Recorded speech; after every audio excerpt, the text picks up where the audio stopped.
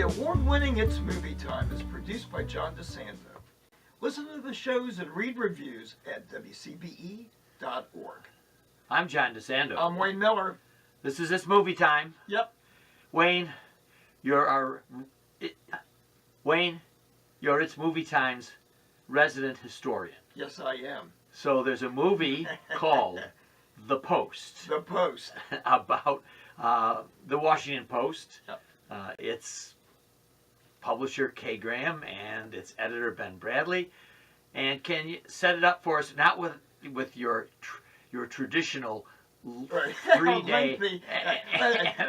I used to teach history, so I'm used to lecturing. Can you set it up for our audience in the limited time that we have? It's 1971, and former staffer, I believe Daniel Ellsberg was, leaked out a copy, volumes of paper, the Pentagon Papers, about the U.S. involvement and how the government had deceived everybody about the involvement and overturning South Vietnamese governments and all this other stuff. It was a big bombshell. It was 1971, a couple of years before Watergate, which is, I think, overshadowed the whole Pentagon Papers situation. Yes. And the New York Times and the Washington Post, and basically they wind up in court all the way up to the Supreme Court, if they can publish it. Right. The government is going to eventually accuse them of treason. Yes. So it's a serious matter. And the real dramatic nub of this film is the struggle that Kay Graham, played by Meryl Streep, and Ben Bradley, the editor, played by Tom Hanks, in the decision, because Graham's difficulty is that she may lose the whole paper if she loses the trial. Yes, and that's, I think, really kind of the emotional hook that everything's hung on, because her dad owned the paper, and instead of passing, after, close to his death, instead of passing the leadership on to her, he chooses her husband, who did a good job. So I think a lot of this movie really kind of dealt with feminism. Oh, I think so too. Women empowerment as far as leading, and I think this is where Meryl Streep, and of course you can't go wrong with it. Spielberg direction, Hanks, everybody loves Hanks. It's about the fifth film that Hanks has done with Spielberg. Right, and I was trying to think if it was maybe the first film Streep had done with him. Yes, I think you're right. And but my money's on her.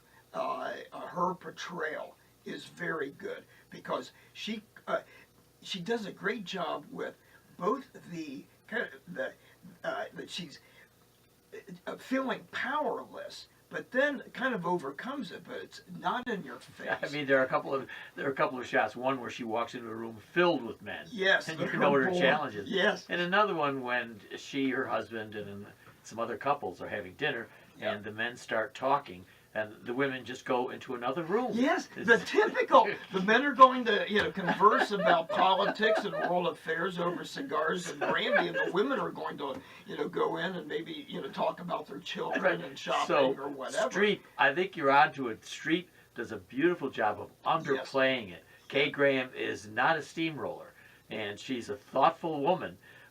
So this is where I wonder if Streep can nab another Oscar, because it's a nomination possibly, but an Oscar, I think it's too low key.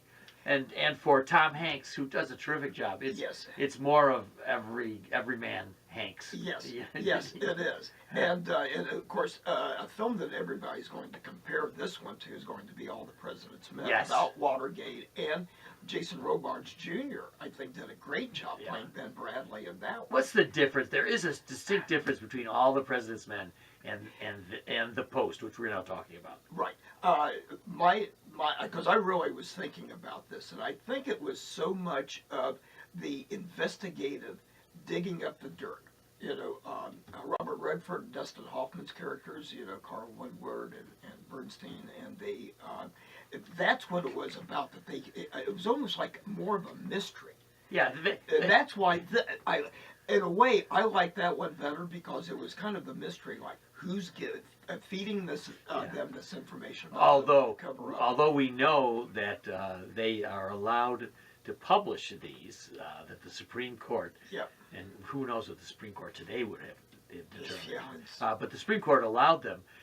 We do know I'm still always in awe of Hollywood, where it can create tension and suspense for something that we know the outcome. Yeah, and it's even true with All the President's Men. and not to give it away, but I like the best thing of the movie. I like the ending. You know, as they're walking out, and they said, "Well, you know, we'll probably never have to do this again." As they're talking about all the struggles to publish the Pentagon Papers, and then it ends with these scenes of the Watergate break-in, just very low key. I think All the President's Men is more like Spotlight than this is. Yes, definitely, yeah.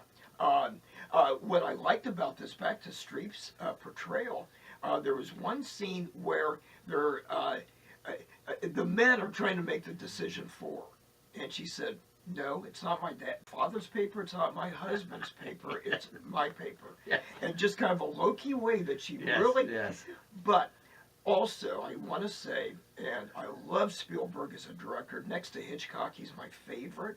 But the guy, he plays too much on sentimental.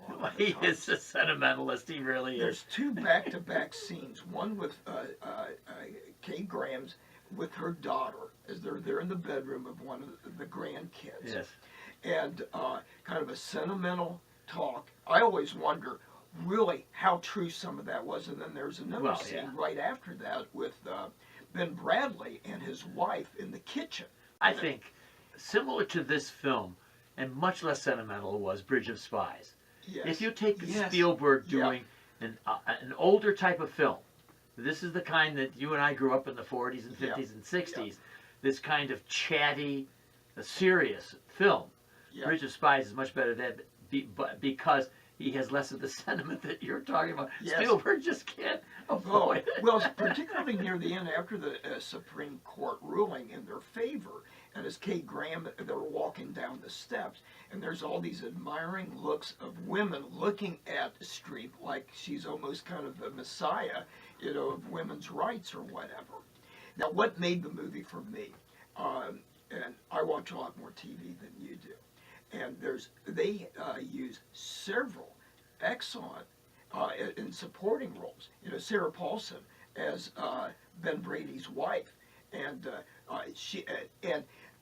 they're not in it that much, but you could really tell their presence because these are really kind of like excellent actors on the small screen. What about Bob Odenkirk? Bob Odenkirk, excellent, and people would remember him as, you know, Better Call Saul, but also from Breaking Bad. And another favorite of mine, the British actor who can do a flawless American accent, Matthew Rhys, I think is how he pronounces. Well, one of my favorites in here, Bruce Greenwood, who's played President. Yes, he played Robert McNamara with the worst toupee since John Travolta. Yes, and also what I thought was quite interesting, a great TV series years back, The West Wing, with Martin Sheen as the president, and Bradley Whitford is in it, and he's one of those, you know, one of the post board members who really is kind of like, oh, come on, she's a woman, she's not going to run it.